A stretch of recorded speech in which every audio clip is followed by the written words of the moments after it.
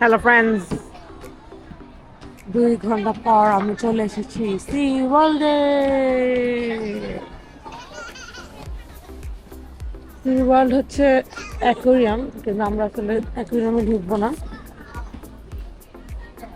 But আমরা হয়তো বাইরেও ঘোরার জায়গা আছে, ওটা দেখতে এসেছি।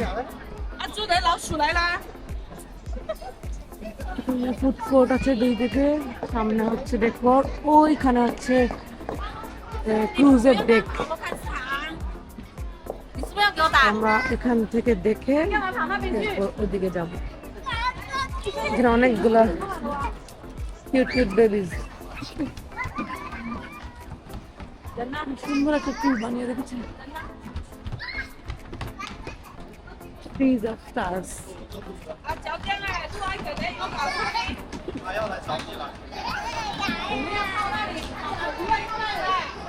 Okay bye.